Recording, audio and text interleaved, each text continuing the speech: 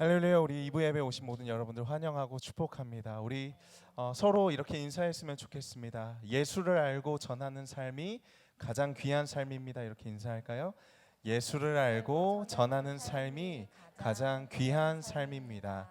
아멘. 오늘도 우리가 예배로 예수를 알고 또 그렇게 예수를 전하는 가장 귀한 삶의 예배자로 세워지신 여러분들 되시기를 축복합니다. 우리 내 삶은 주의 것 함께 찬양하겠습니다.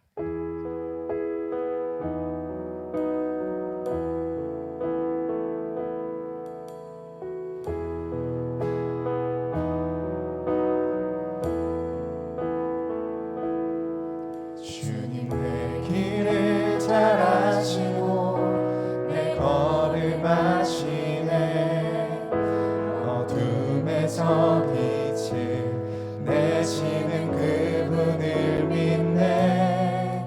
무엇으로 주를 섬길지 어디로 가야 할지 헤매이는 나를 아시고 길을 여시네. 다시 한번 주님 내 길을 잘 아시고 내 걸음 아시네. 어둠에서 빛을 내시는 그분을 믿네. 무엇으로 주를 섬길지 어디로 가야 할지 헤매이는 나를 아시고 길을 여시네. 내 삶은 주의 것, 내 삶은 주의 것, 온전한 신뢰를 주께 드리네. 보이지 않아도 믿음으로 걷네.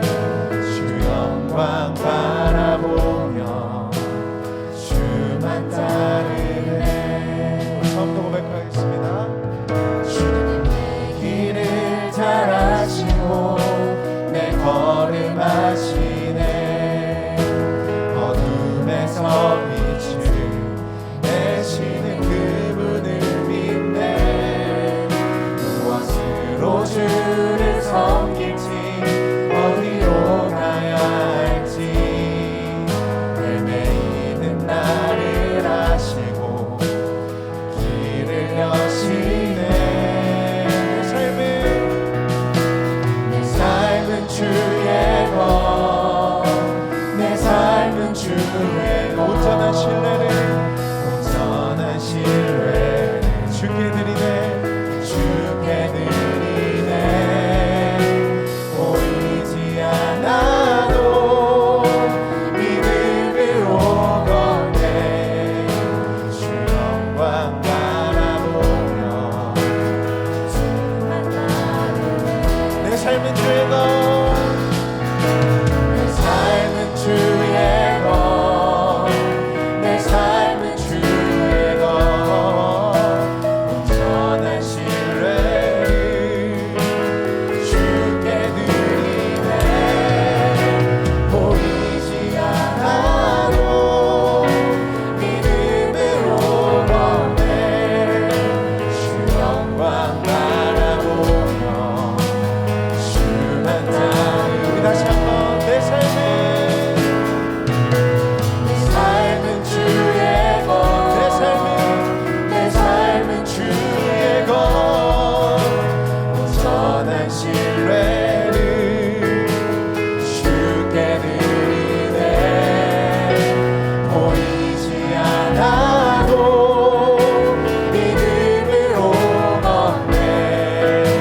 주 영광 바라보며 주 영광 바라보며 주 영광 바라보며 주만 따르네.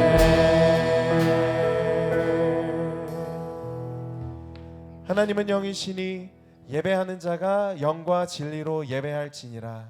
아멘. 우리의 모든 삶을 예수를 알고 전하는 귀한 삶으로 내어드리는 우리 모든 성도님들 되시기를 주님의 이름으로 축복합니다. 우리 함께 가장 귀한 삶이란 찬양 함께 배우시면서 한번 고백해 보도록 하겠습니다.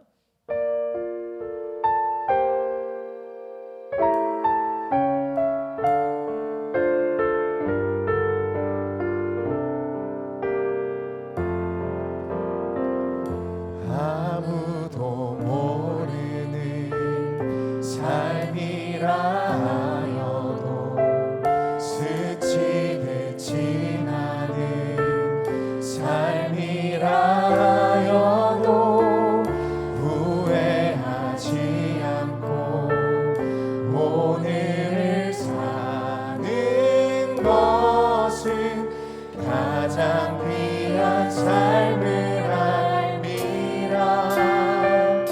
내가 꿈꾸는 일 이루지 못해도 내가 바라는 것 다 갖지 못해도 낙심하지 않고 오늘을 사는 것은 가장 귀한 삶을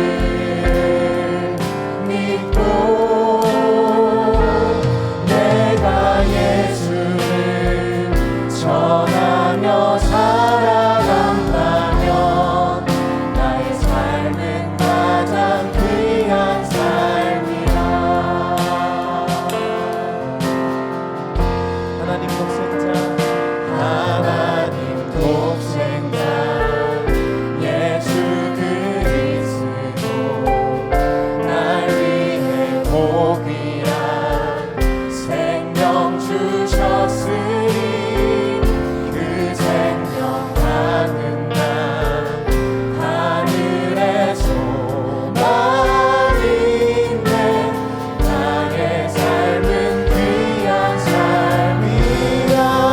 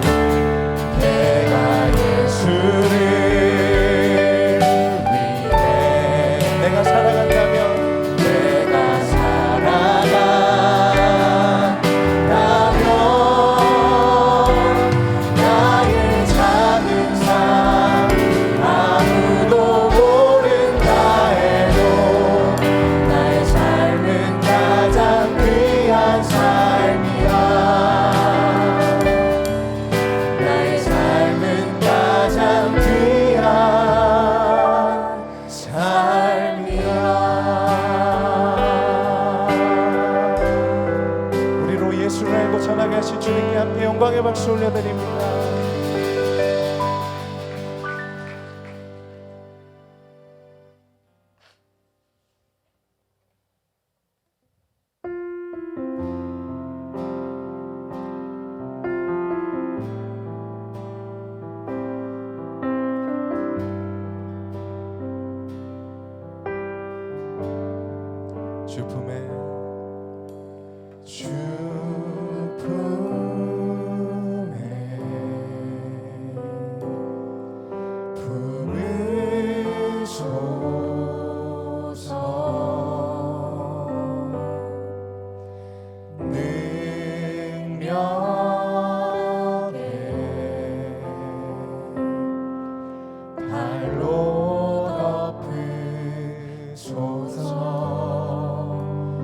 거친 파도 날 향해 와도 주와 함께 날아오르리.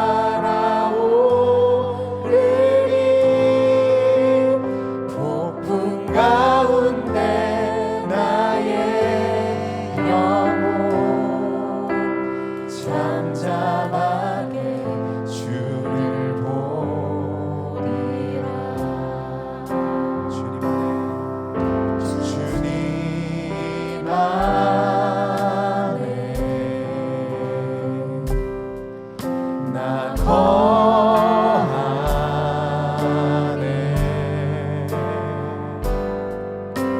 주 능력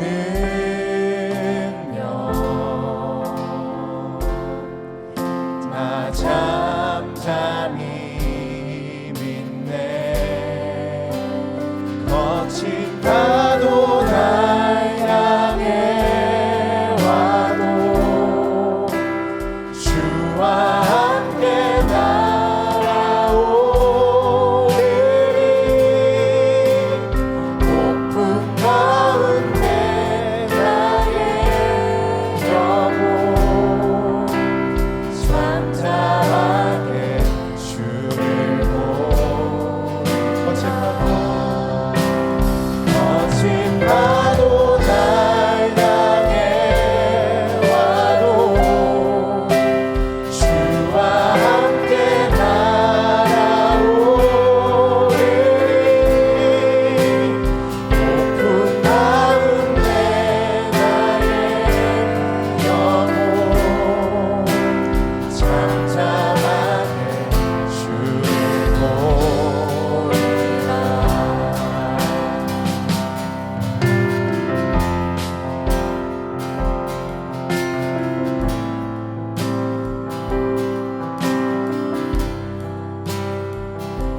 다시 한번 고백합니다. 주님 안에 주님 안에 나 거하리.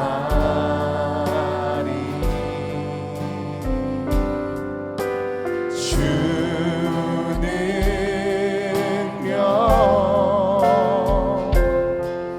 나 잠잠히 믿네.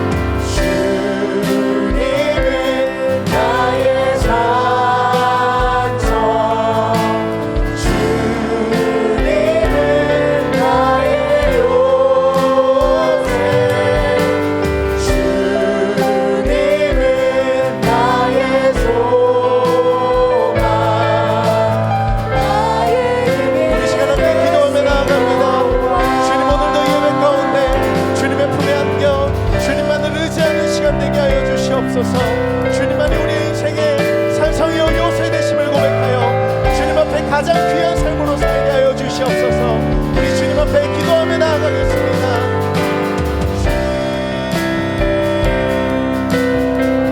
주님, 우리가 예수를 알고 전하는 삶이 우리의 가장 귀한 삶인 줄로 압니다. 주님의 나의 산성이요 주님의 나의 요새 되시오니 지금도 주님만 우리 의지하며 거친 파도가 나를 향해 다가올 때에도 주님만을 바라보고 이겨내게 하여 주시옵소서.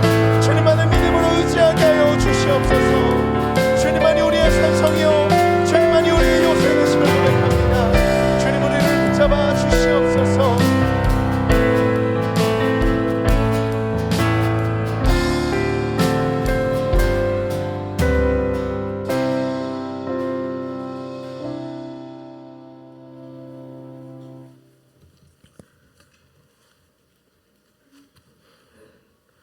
세상을 주관하시고 섭리하시는 전지전능하신 하나님 아버지, 오늘도 변함없는 사랑과 도우심의 은혜로 우리 모두의 삶의 필요함을 채워주시고 은혜 가운데 삶을 허락해 주시는 하나님 은혜에 감사와 찬양으로 올려드립니다. 밤하늘의 별처럼 수많은 시간들 속에서 살아오면서 신실하신 하나님의 자녀된 자로서 우리 스스로의 삶들을 뒤돌아봅니다. 예배자로 불러주신 하나님 앞에 마음속에 모든 번민들을 모두 내려놓고 하나님께 모두 엎드립니다. 비누는 육신의 더러움을 씻어낼 수 있지만 회개의 눈물은 죄의 더러움을 씻어준다고 합니다.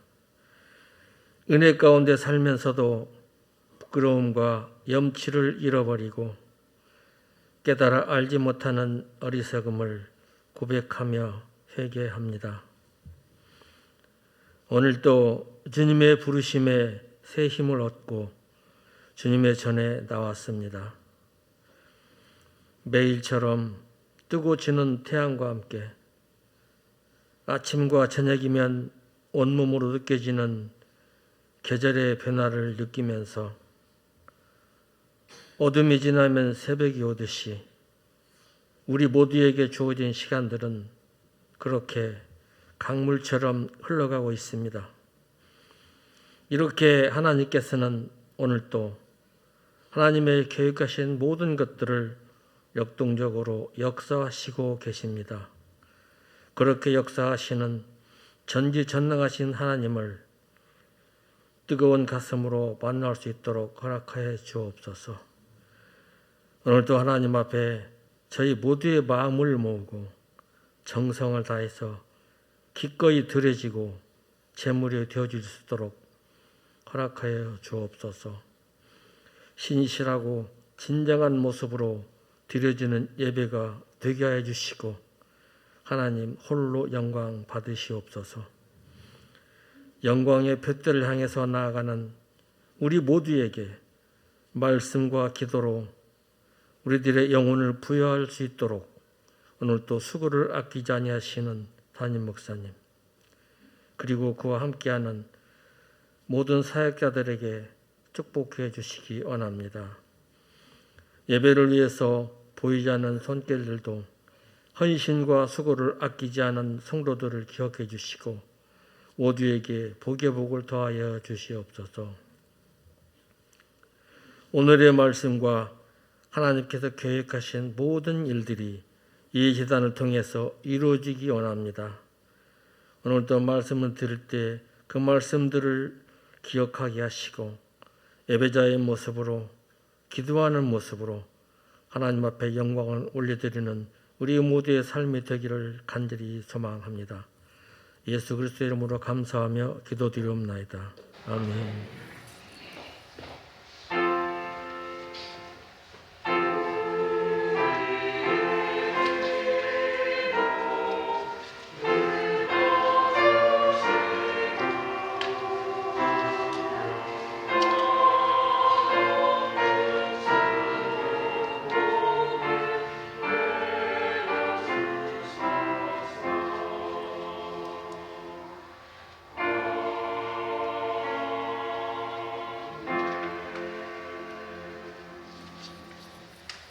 오늘 주실 하나님의 말씀 누가복음 8장 26절에서 39절 말씀입니다. 누가복음 8장 26절에서 39절 말씀을 한 절씩 교독하여 읽겠습니다. 그들이 갈릴리 맞은편 거라사인의 땅에 이르러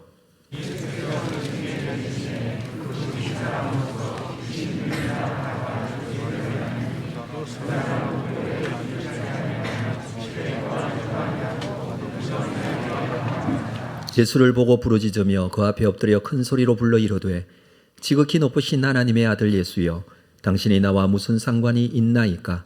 당신께 구하노니 나를 괴롭게 하지 마옵소서 하니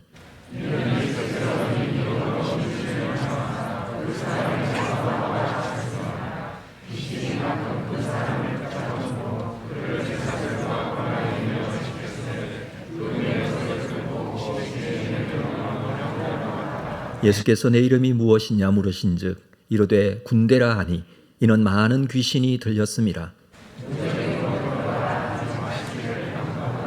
마침 그곳에 많은 돼지떼가 산에서 먹고 있는지라 귀신들이 그 돼지에게로 들어가게 허락하심을 간구하니 이에 허락하시니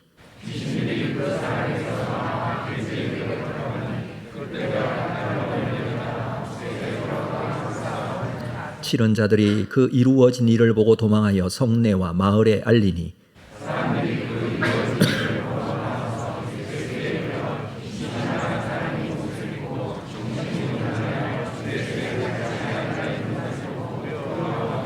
귀신 들렸던 자가 어떻게 구원받았는지를 본 자들이 그들에게 이르매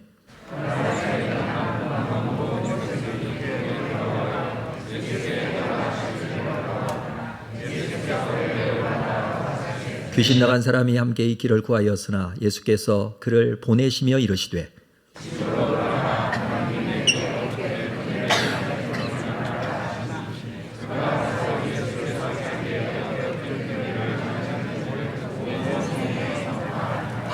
아멘. 준비하신 헌금 하나님께 드리겠습니다.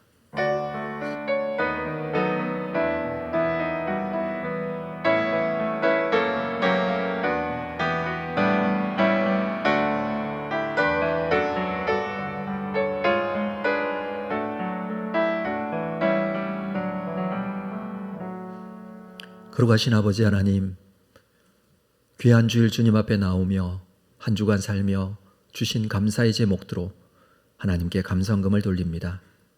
소득의 10분의 1을 구별하여 11조 헌금으로, 선교 장학 구제건 축원금으로 주인 되신 하나님, 나의 삶의 인도자가 되신 하나님, 처음부터 끝까지 공급하시고 채워주시는 하나님, 그 하나님을 고백하게 하심을 감사합니다. 더 큰 은혜와 감사의 삶이 있게 하시고 하나님의 놀라운 은혜로 감사의 삶이 이어질 수 있도록 인도하여 주옵소서. 예수님의 이름으로 기도합니다. 아멘. 2부 찬양대에 찬양이 있겠습니다.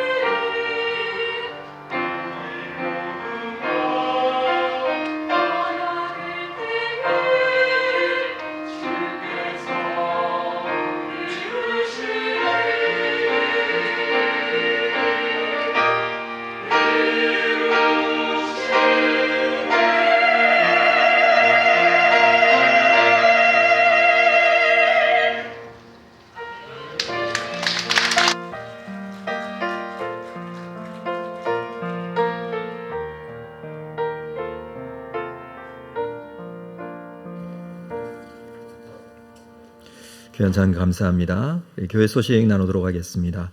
주보에 있는 내용 여러분 참고하시고요. 교육 및 훈련 과정, 특별히 1대1 제자 양육자반은 오늘 오후 3시에 모이도록 하겠습니다. 2시 반에는 임직자 모임이 먼저 있겠습니다. 임직자들은 2시 반에 4층에 모여주시고 1대1 제자 양육자반은 오후 3시에 모이도록 하겠습니다. 학습 세례입교 유아 세례식 준비되고 있습니다. 신청서에 신청해 주시면 되겠습니다. 서울 강남노회가 내일 성림교회에서 있습니다. 이번 노회에서 우리 주효성 전도사님께서 강도사 인허를 받게 됩니다. 축하하실 분, 함께 가실 분들은 교회에서 10시 30분에 출발하겠습니다. 10월 29일 토요일에는 임직식이 있습니다. 지난주에 등록한 새 가족 우리 아름다운 성도의 교제로 함께해 주시기를 바랍니다. 2부 예배 오신 모든 분들 주의 이름으로 환영하고 축복합니다. 잘 지내셨습니까? 네, 정말 잘 오셨습니다. 정말 보고 싶었고 이번 주는 특히 더 제가 가을을 타서 그런지 모르겠지만 여러분 얼굴 너무 뵙고 싶었고 또 그걸 평상시에 잘 표현하지 못해서 뭐 좀 대면한 것 같지만 제 속마음은 정말 뜨겁게 여러분을 환영하고 어떻게 뭐라고 표현해야 될지는 모르겠습니다. 자, 제 마음이 느껴지시나요? 정말요? 네. 우리 앞뒤 좌우로도 한번 인사하겠는데 오늘은 좀 특별한 인사를 하도록 하겠습니다. 그냥 맨날 그냥 고개만 숙이고 이렇게 하고 말던데 제가 볼 때는 성함이 누구인지, 직분이 누구인지, 어느 동네 사시는지 세 가지 질문해서 제가 질문하도록 하겠습니다. 알고 계시는지. 자, 시작. 옆 사람이 누군지를 알아야 될 거 아니에요. 네, 서로 한번 인사하시고. 자, 다 아셨습니까? 네, 옆 사람이 누구세요? 네, 우리가 함께 교회 공동체에서 예배드리고 함께 하면서 하나님을 만나고 말씀의 은혜와 예배의 은혜를 경험하고 가는 것 좋습니다만은 교회의 공동체로 우리를 부르셔서 우리가 참 이 아름다운 주님의 형상을 가진 자들과 함께하게 돼서 너무나 행복하고 감사합니다. 그래서 우리가 서로 기도 제목도 묻고 인사하고 그렇게 하는 것 아니겠습니까? 분명히 못하신 분들 계실 거예요. 다 하고 가십시오. 일어서서 가실 때는 인사들 하시고 교제하시고 나누시고 더 좀 이렇게 하실 분들은 사랑방 모임도 하시고 전도회 모임도 하시고 이렇게 하시면서 우리 혼자 할 수 없습니다. 스스로 할 수 없습니다. 우리 서로 의지하고 북돋아주고 사랑해 가면서 우리 천국까지 같이 함께 아름다운 신앙의 여정을 함께 했으면 좋겠다라는 마음이 있습니다. 오늘도 이 은혜가 우리 모두에게 있기를 주님의 이름으로 축복합니다. 네. 자, 오늘 말씀 함께 좀 나누도록 하겠습니다. 누가복음 8장 26절 이후에 있는 말씀인데 제목은 이렇습니다. 같이 시작. 네, 무언가 사로잡힌 자, 무엇인가 사로잡힌 자라는 의미로 우리가 말씀을 함께 좀 나누겠습니다. 누가복음을 함께 나누면서 예수님의 행적을 따라가고 있습니다. 예수님의 행적에 있어서 예수님의 공생의 초창기의 부분인데 갈릴리를 중심으로 예수님께서 말씀을 전하시고 천국 복음을 전파하셨습니다. 가는 곳마다 하나님 나라를 선포했습니다. 자, 예수님께서 왜 하나님 나라를 선포하시는가? 여기 굉장히 중요한 의미가 있는데 그동안 죽음, 고통, 죄 속에 빠져 있던 자들에게 예수 그리스도의 오심으로 하나님 나라가 다시 시작되었다.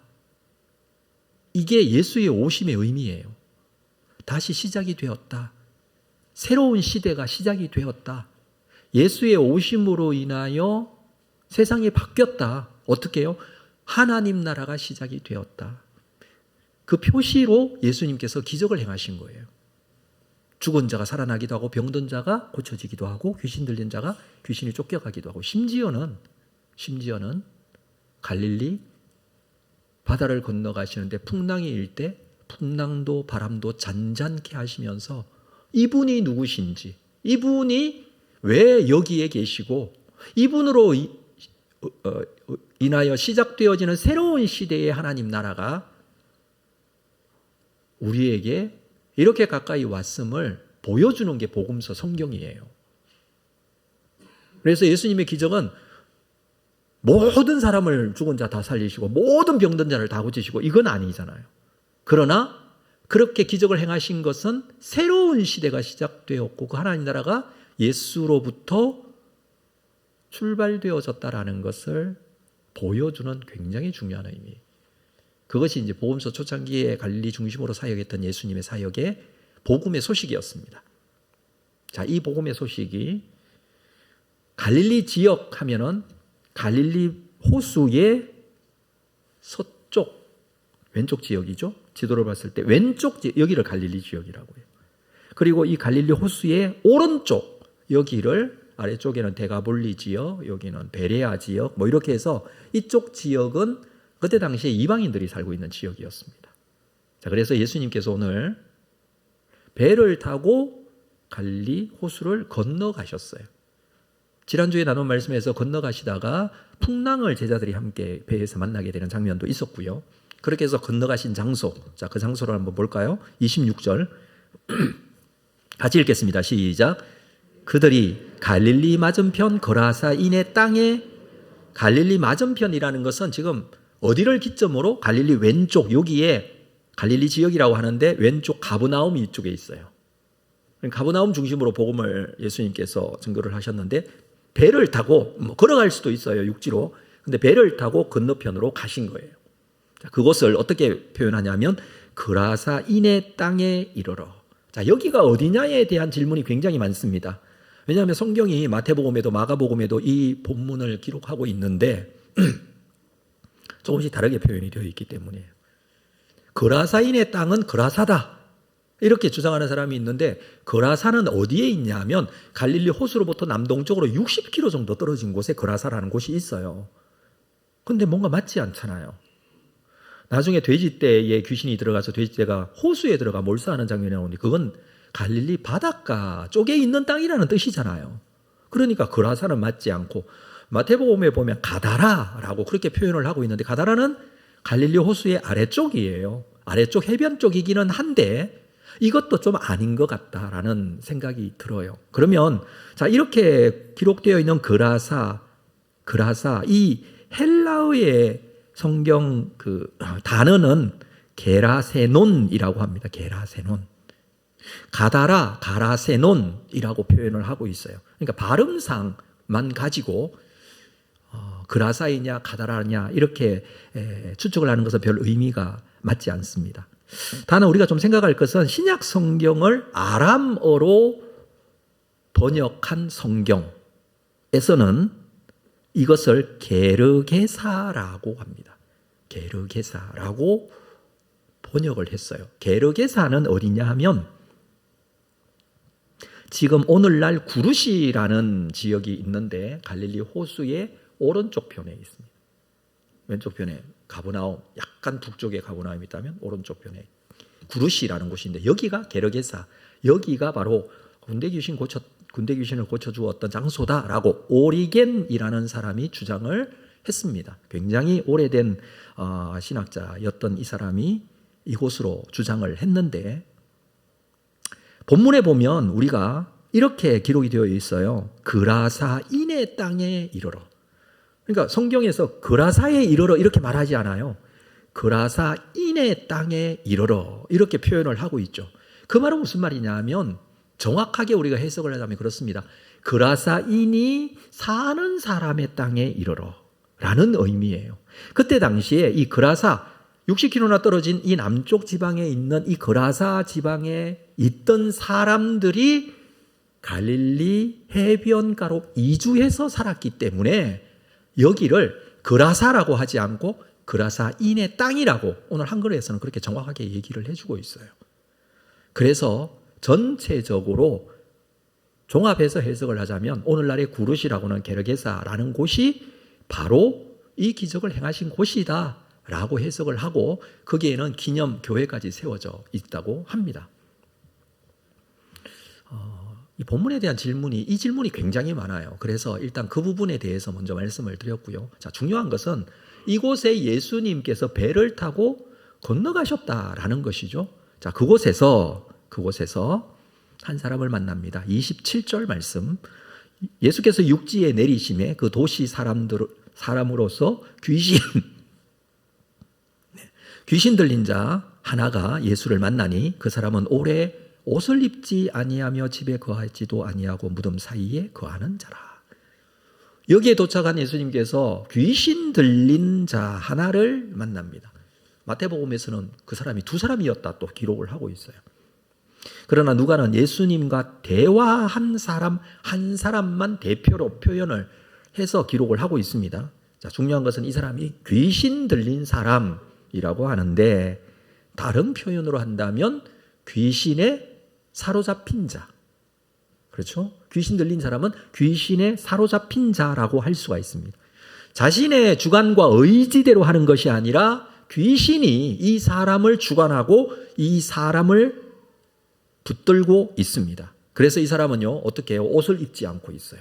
이 사람은 집에 살지도 않아요. 무덤가에 살고 있다라고 합니다. 여러분, 옷을 입고 집에서 사는 게 정상 아닙니까? 다 그렇게 살고 계시죠? 당연하죠. 그러나 귀신 들린 이 사람은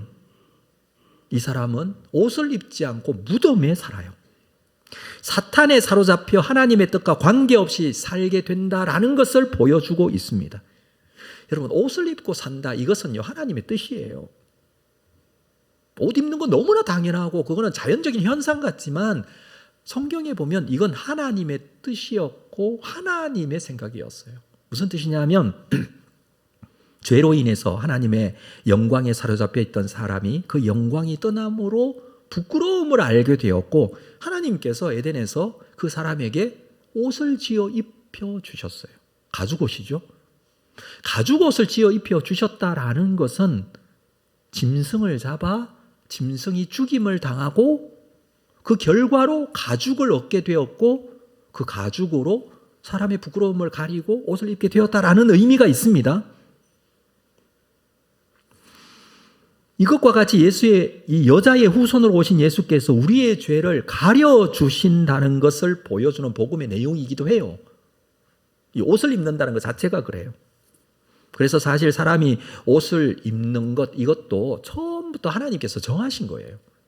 하나님께서 정하신 옷을 입는 것, 그런데 귀신 들린 자 이 사람은 하나님께서 정하신 것을 거부하고 옷을 벗게 해요. 동네에 여러분 사람이 옷을 벗고 사람이 돌아다닌다고 생각을 해보세요. 이게 정상이 아니잖아요. 이건 자유가 아니잖아요. 이건 귀신에 사로잡힌 거죠. 사탄에 사로잡힌 거죠. 제가 실제적으로 이런 사람을 만난 게 아니라 제가 교육부서를 담당하고 있을 때 고등부 학생 중에 하나가 이런 적이 있었어요. 정말 그랬어요. 정말 힘들었어요. 집에 붙들어 놓고 가서 예배드리고 기도하고 안수해주고 이렇게 했던 제가 경험이 있는데 담임 목사님과 함께 가서 귀신 들리면 이렇구나. 정말 옷을 벗어요. 이런 제정신이 아니에요. 왜요? 사로잡혔기 때문에. 어디에? 귀신에게. 이 귀신에 사로잡혔다는 것은 사탄에게 사로잡혔다고. 그리고 무덤에 거한다고 그랬죠. 무덤에 거한다. 무덤 사이에 거한다는 것은 여러분 어떻게 상상이 되어지십니까? 무덤하면 우리 공동묘지 생각하잖아요. 이 묘 등이 있는. 그래서 저도 어릴 때 산에 이렇게 뒷산에 가면 공동묘지 이런 게 있어서 공동묘지는 깨끗하게 또 잔디로 이렇게 잘 덮여 있기 때문에 놀기는 좋아요. 근데 거기에 살 수는 없어요. 생각에 사람들이 무덤에 산다 그러니까 그런 어떤 묘 가운데 산다 이렇게 생각하지만 유대 지역의 묘는 굴이에요. 굴. 동굴에 시신을 갖다 뉘어놔요. 그리고 그 입구를 막습니다. 돌로 막고 틈새를 막아요. 냄새가 빠져나오는 것은 시체에서 먹는 냄새가 빠져나오는 것을 방지하기 위해서 다 막아두고 또 가족 중에 누가 장례가 있으면 그 문을 열어요. 그리고 또 가서 가족묘로 사용을 주로 합니다. 그래서 무덤 사이에 살고 있었다. 이 의미는 뭐냐면 이 굴로 된 무덤에서 살고 있었다는 거예요. 이 귀신 들린 사람이. 정상입니까? 여러분, 시체들 사이에 그 굴 속에 살고 있어요, 이 사람. 사람 사이에 사람과 함께 사는 게 아니라 시체들과 함께. 왜 그렇다고요? 귀신에 사로잡혀서. 사탄은 그 사람을 사로잡고 어떻게 해서든지 비정상적으로 살게 해요. 하나님의 의도와 정반대로 가게 합니다. 자, 이 사람을 예수님께서 만나셨다. 자, 28절 볼게요. 예수를 보고 부르짖으며 그 앞에 엎드려 큰 소리로 불러요. 이 사람이 예수님을 딱 만났어요. 그랬을 때 예수께 이렇게 말합니다. 지극히 높으신 하나님의 아들 예수여, 당신이 나와 무슨 상관이 있나이까? 예수님을 처음 봤을 거 아니에요.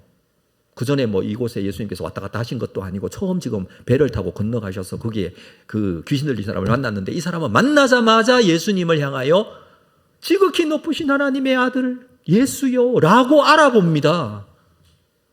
예수님을 하나님의 아들 메시아 구세주로 알아본 사람이 없었어요. 성경에 대해서 너무나 잘 알고 있는 바리새인 서기관들, 예수님을 알아봤습니까? 심지어 제자들, 지금 아직까지 풍랑 속에 예수님이 바다도 잠잠하게 바람도 잠잠하게 하시는 그 사건을 보고 그가 누구이기에 이렇게까지 하는가, 이렇게 질문하고 있잖아요. 성경 본문에 나오는 내용이잖아요. 근데 이 귀신 들린 사람은 정상이 아니에요. 비정상적인 삶을 살았지만 예수를 보고 알아봐요. 왜 알아볼까요? 귀신 들렸기 때문에. 그래서 우리가 그렇게 얘기하잖아요. 귀신같이 알아본다고. 이건 뭘 얘기를 해주느냐 하면, 여러분, 영적인 세계가 있나요, 없나요?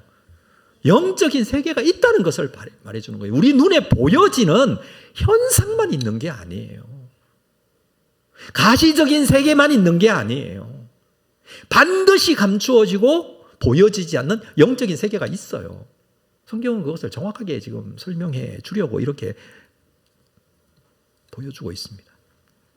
그가 이렇게 얘기합니다. 정확하게 영적인 세계의 이 영적인 존재인 귀신들, 사탄 마귀는 예수님을 알아요. 알기 때문에 지극히 높으신 하나님의 아들 예수. 그러면서 이렇게 말합니다. 당신이 나와 무슨 상관이 있나이까? 상관이 없다는 말이 아니라 상관이 없고 싶다는 말이에요. 상관이 없을 수가 없어요.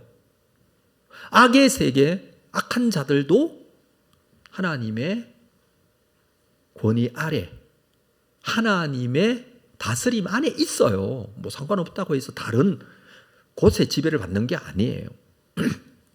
이건 무슨 말이냐면, 나는 당신을 따르지 않는다는 뜻입니다. 당신을 믿지 않는다는 뜻이에요.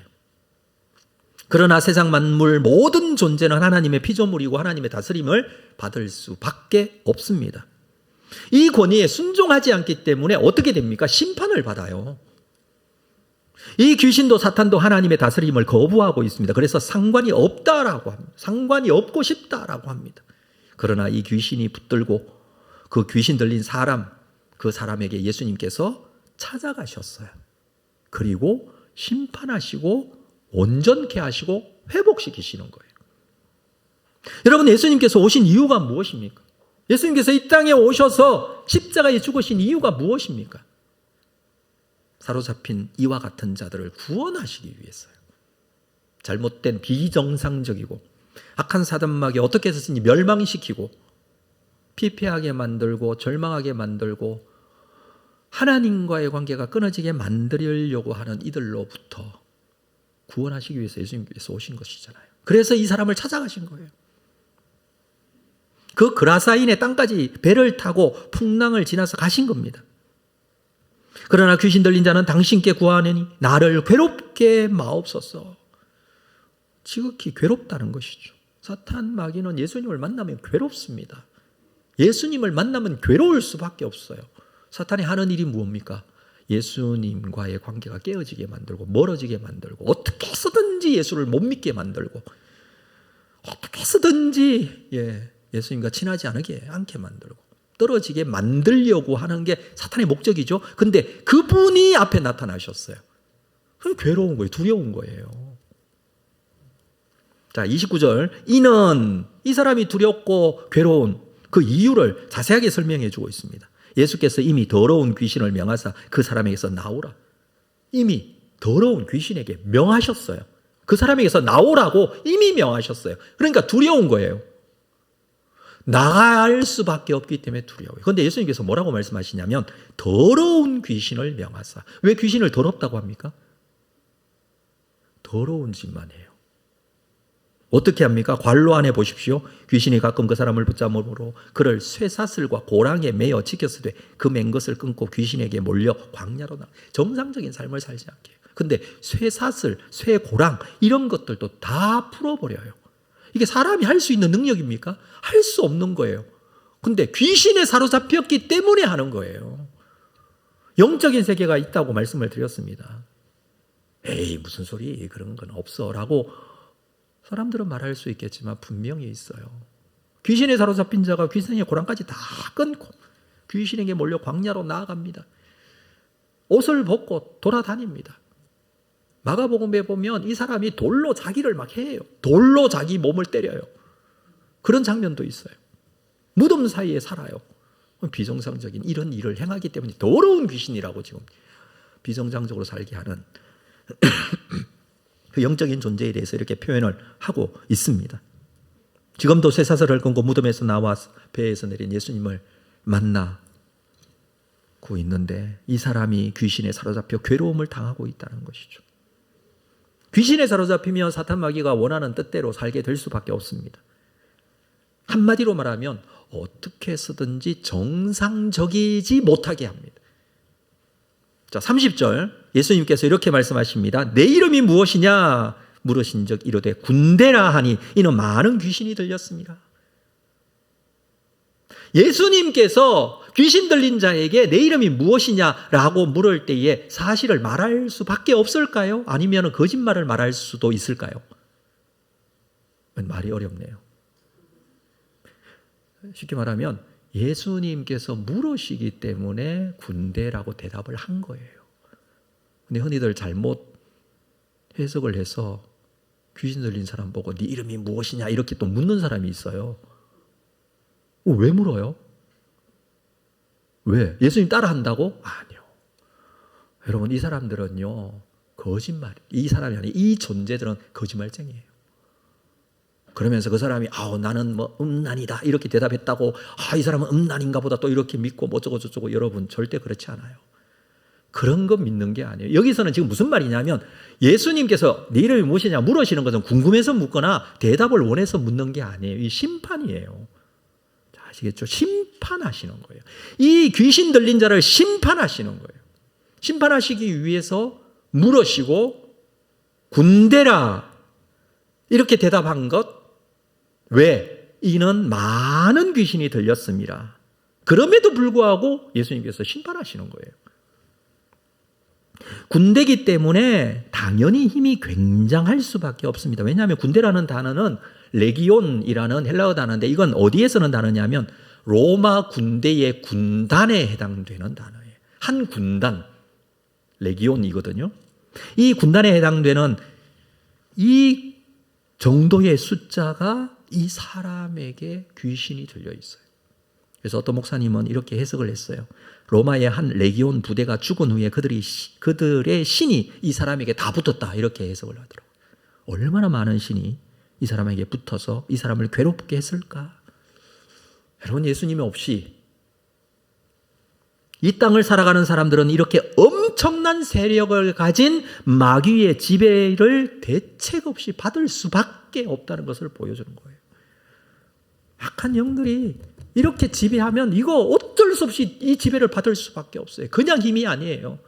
군대 귀신이 되어서 엄청난 영적인 힘을 가지고 이 사람을 지배하고 있어요. 그래서 사로잡힐 수밖에 없어요. 그 사로잡힘이 너무 강하여서 옷도 입지 않고 무덤에 살면서 자기 몸을 해하면서까지 사람들에게 충격적인 모습을 보여주면서 이 사람은 이렇게 무너지고 부서지고 피폐된 삶을 살고 있었던 것입니다. 예수님께서 심판하신다고 그랬죠. 31절 무저갱으로 들어가라 하지 마시기를 간구했다. 그 심판이 무엇인지 알아요. 스스로 영적인 존재이기 때문에 무저갱으로 들어갈 수밖에 없는 존재임을 자기가 알아요. 그래서 무적행으로 들어가지 말기를 구합니다. 무적행이라는 이 단어는요, 아비소스라는 단어는 어떤 의미가 있냐면 밑바닥이 없는 구렁텅이라는 뜻을 가지고 있는 단어인데, 우리 한글에서는 심연이라는 단어로 그렇게 번역을 해놓은 곳이 많습니다. 사탄과 귀신을 임시로 가두어 놓는 지하 감옥 같은 곳으로 이해하시면 됩니다. 여기에 예수님께서 이 존재를 보내실 수 있어요.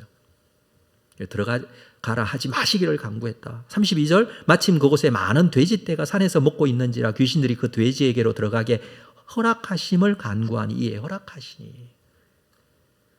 이 돼지떼에 들어갈 수 있도록 해달라. 여러분, 돼지고기는요, 율법에 의하면 유대인들은 먹지 않아요. 그 말은 유대인들은 돼지를 기르지 않아요. 돼지를 치지 않아요.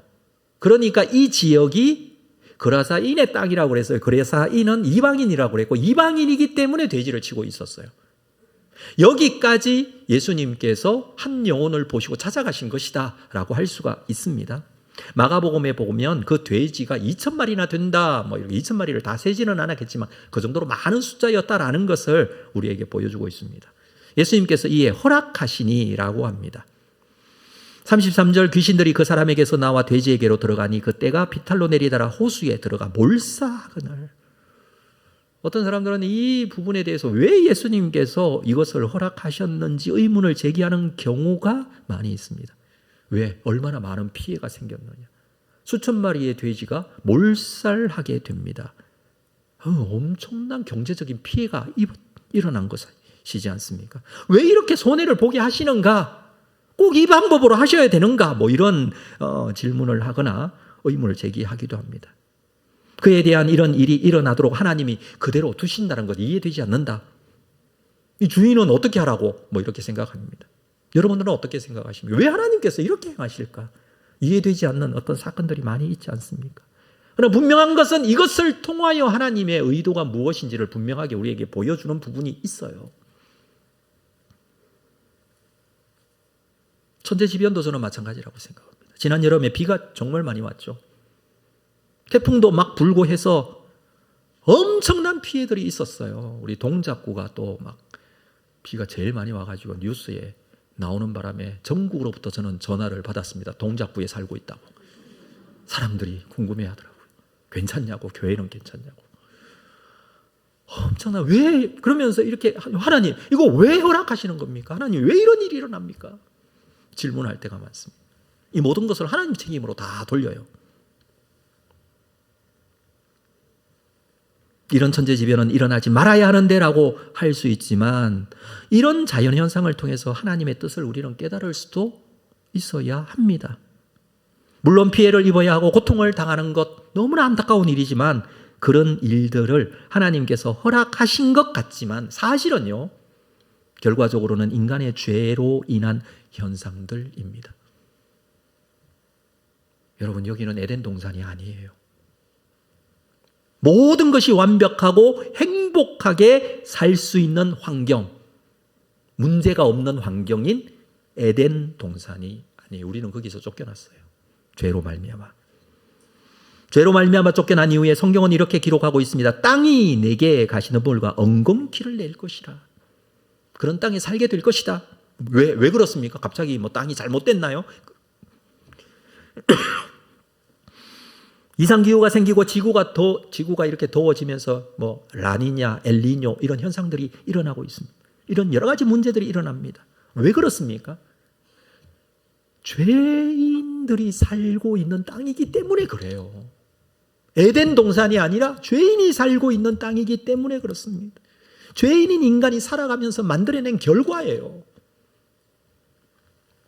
그래서 사람은요, 하나님의 뜻에 붙잡혀 살지 않으면 안 됩니다. 소망이 없어요. 정확하게 우리에게 보여주는 것 아닙니까? 그렇지 않으면 정말 부작용들이 많이 계속해서 일어납니다. 적어도 예수님은 이 한 영혼, 이 영혼을 회복시키기 위해서 돼지떼 2,000마리보다 더 값진 영혼이라는 이 한 사람이 회복되려는 것이 더 귀하다는 것을 우리에게 보여주고 있습니다. 이 돼지 치던 자들이 그 된 것을 보고 도망하고 동네로 들어가 사람들에게 알립니다.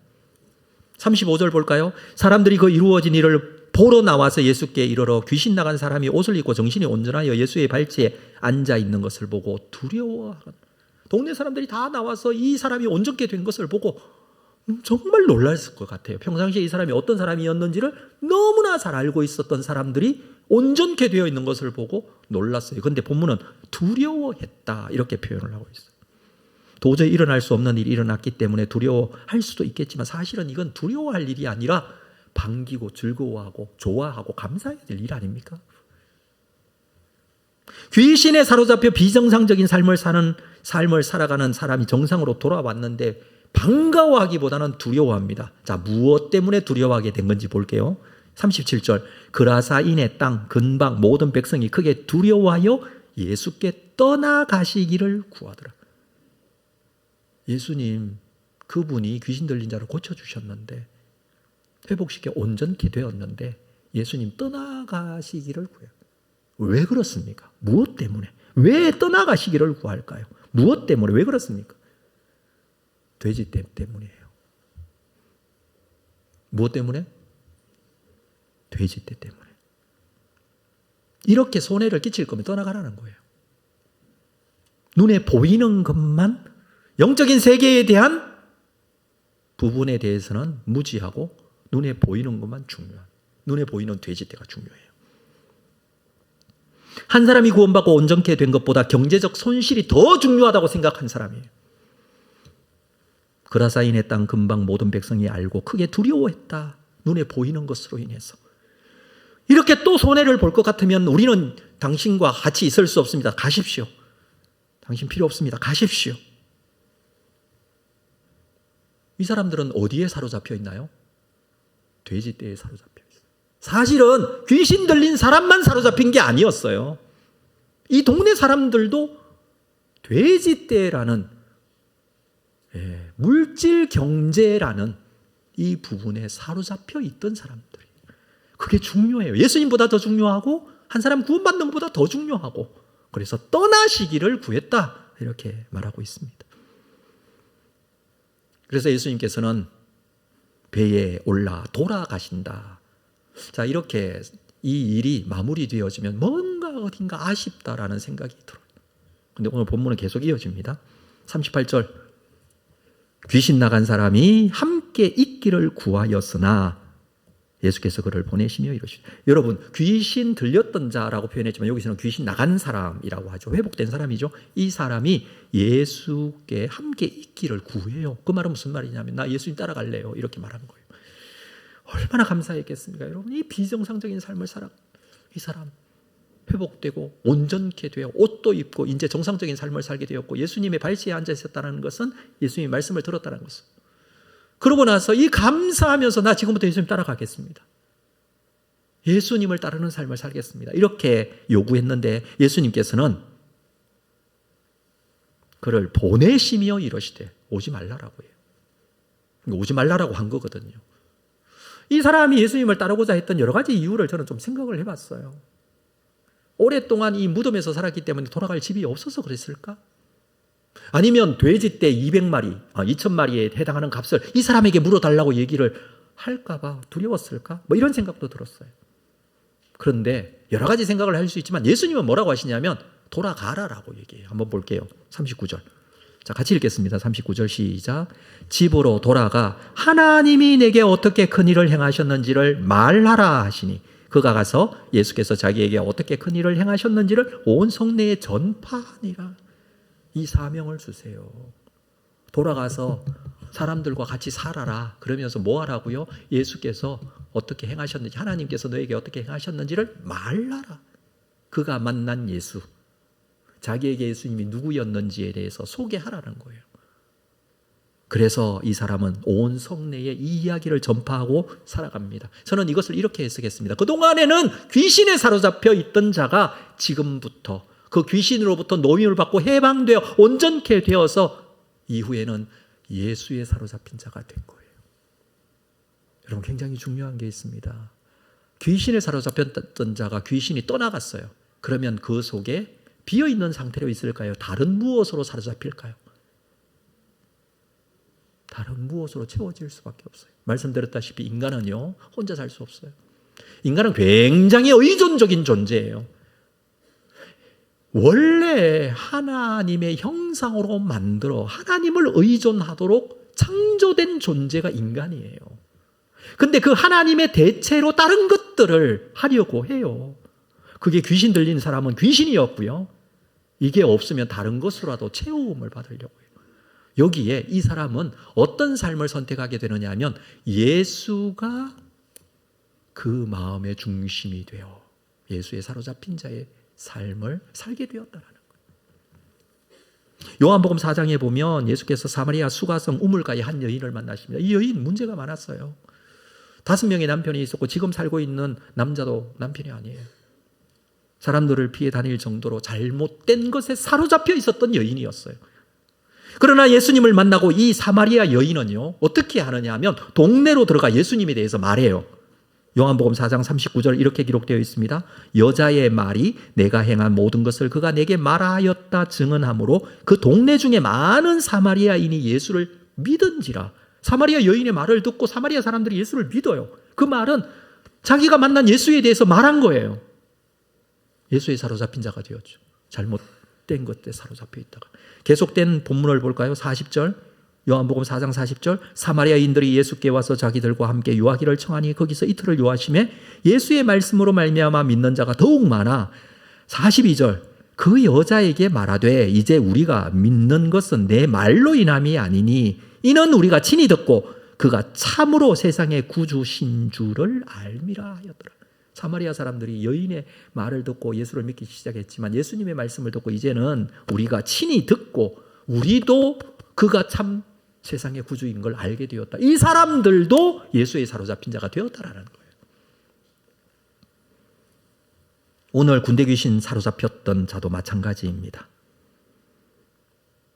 군대 귀신이 나간 것 너무나 감사하고 다행스럽지만 거기에는 또 다른 것으로 채워질 수 있는데 이 사람은요, 다행히도 예수의 사로잡힌 자가 된 거예요. 말씀을 마무리하면서 여러분, 세상의 모든 사람은요, 어디엔가 사로잡혀 있어요. 말씀드렸다시피 어디엔가 사로잡혀 있어요. 어떤 사람은 게임 중독이 되어서 게임에 사로잡힌 자들이 있어요. 어떤 사람은 운동하는 게 너무 좋아서 운동에 사로잡힌 자. 어떤 사람은 음식에 사로잡힌 자. 요즘 최근에 제가 이거 너무나 잘 이해하고 있어요. 왜냐하면 코로나 이후에 제가 보상심리인지 모르겠지만 너무 음식을 많이 먹어요. 이건 저만 알잖아요. 제가 솔직히 말하면 평상시에 한 2배는 먹는 거예요.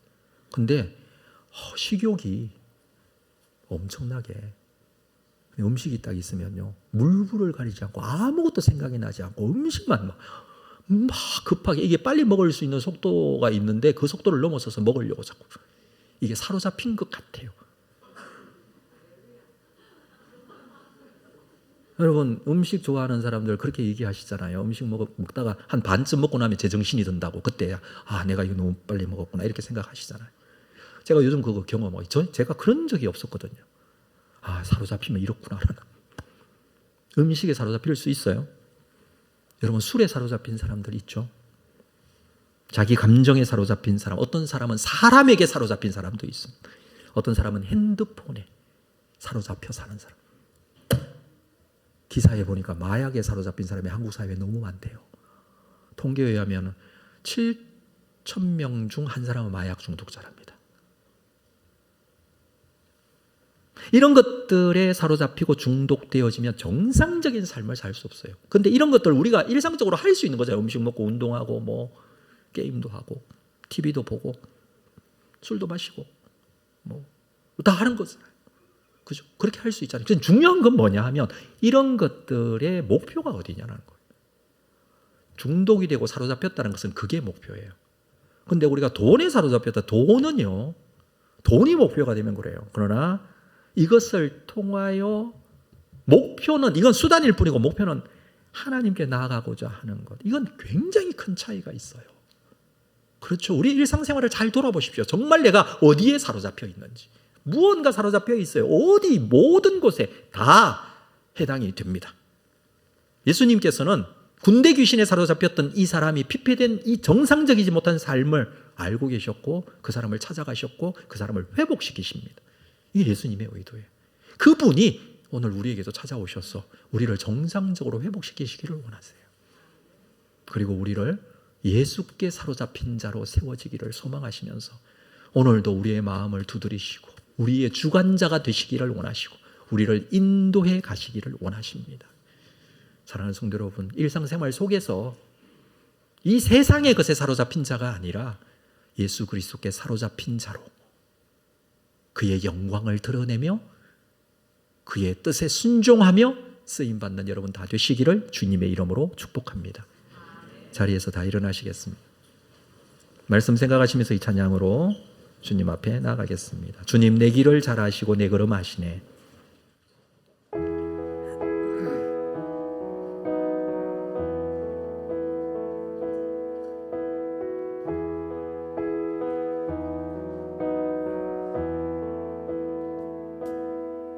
주님 내 길을 잘 아시고 내 걸음 아시네. 어둠에서 빛을 내시는 그분을 믿네. 무엇으로 주를 섬길지 어디로 가야 할지 헤매이는 나를 아시고 길을 여시네. 내 삶은 주의 것, 내 삶은 주의 것, 내 삶은 주의 것. 온전한 신뢰를 주께 드리네. 보이지 않아도 믿음으로 걷네. 주 영광 바라보며 주만 따라. 우리 다시 한번 고백하겠습니다. 주님 내 길을 잘 아시고 주님 내 길을 잘 아시고 내 걸음 아시네. 내 걸음 아시네. 어둠에서 빛을 내시는 어둠에서 빛을 내시는 그분을 믿네. 그분을 믿네. 무엇으로 주를 섬길지 무엇으로 주를 어디로 가야 할지 어디로 가야 헤매이는 나를 아시고 헤매이는 나를 길을 여시네. 아멘. 내 내 삶은 주의 것, 내 삶은 주의 것, 내 삶은 주의 것. 온전한 신뢰를 주께 드리네. 보이지 않아도 믿음으로 걷네. 주 영광 바라보며 주만 따라. 내 삶은 주의 것, 내 삶은 주의 것, 내 삶은 주의 것. 온전한 신뢰를 주께 드리네. 보이지 않아도 믿음으로 걷네. 주 영광 주 영광 바라보며 주 영광 그렇습니다. 주 영광 바라보며 주 영광 바라보며 주만 따르네. 주만 따르네. 우리 함께 기도하고 예배를 마치겠습니다. 우리가 스스로 어디에 사로잡혀 있는지, 누구를 위하고 있는지, 누구를 섬기고 있는지를 돌아보면서 함께 기도하십시다. 우상을 섬기고 연예인을 섬기고 세상을 섬기고 돈을 섬기고 다른 하나님 이외의 것들을 섬기는 모습이 너무나 많습니다. 그러나 결과는 어떻습니까? 피폐해지고 절망하게 되고 의존하지 말고 섬기지 말아야 될 것들을 따르는 삶은 결코 하나님께서 기뻐하시는 것도 결과가 좋지도 않습니다. 그러나 주님을 바라보고 주님께서 내 마음의 중심에 계시고 나를 인도해 가시면 하나님 나라가 시작된 예수 그리스도로 인하여 시작된 이 하나님 나라가 우리 속에 임하게 될 것입니다. 이 사실을 기억하고 주님을 섬기는 자, 주님을 따르는 자, 주님 앞에 사로잡힌 자가 되게 하여 주시고 나의 일상생활 속에서 이것이 목표가 되게 하여 주시고 세상의 모든 것들은 수단임을 잊지 않도록 인도하여 달라고 우리 자신을 주님 앞에 드리면서 함께 기도로 하나님께 나아가겠습니다. 거룩하신 아버지 하나님, 내가 가지게 되는 이 모든 것들은 우리의 신앙의 수단이 될 뿐이며 목표가 아니고 삶의 목적이 아님을 알고 있습니다. 어리석게 이 세상의 것들을 목표로 삼지 않고 이 세상의 것을 주인 삼지 않고 오직 살아계신 주님, 내 삶의 주님, 주님의 영광을 위하여 쓰임받는 하나님이 하여 주시고 인도하여 주시기를 원합니다.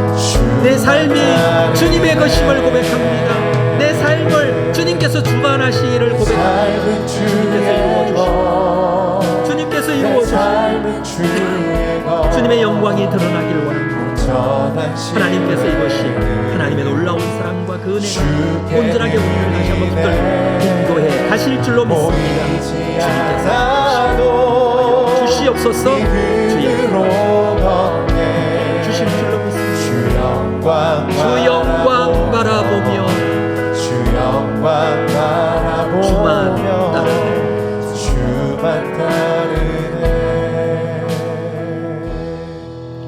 지금은 우리 주 예수 그리스도의 은혜와 하나님 아버지의 극진하신 사랑하심과 성령님의 교통위로 함께 역사하심이 오늘도 주 예수께 사로잡힌 자가 되어 그분의 영광을 드러내며 그분께서 우리를 회복시키시고 온전케 하시고 그의 영광을 드러내는 데 쓰임받기를 소망하는 우리 모든 성도들의 심령 위에 지금으로부터 영원토록 함께 있을지어다.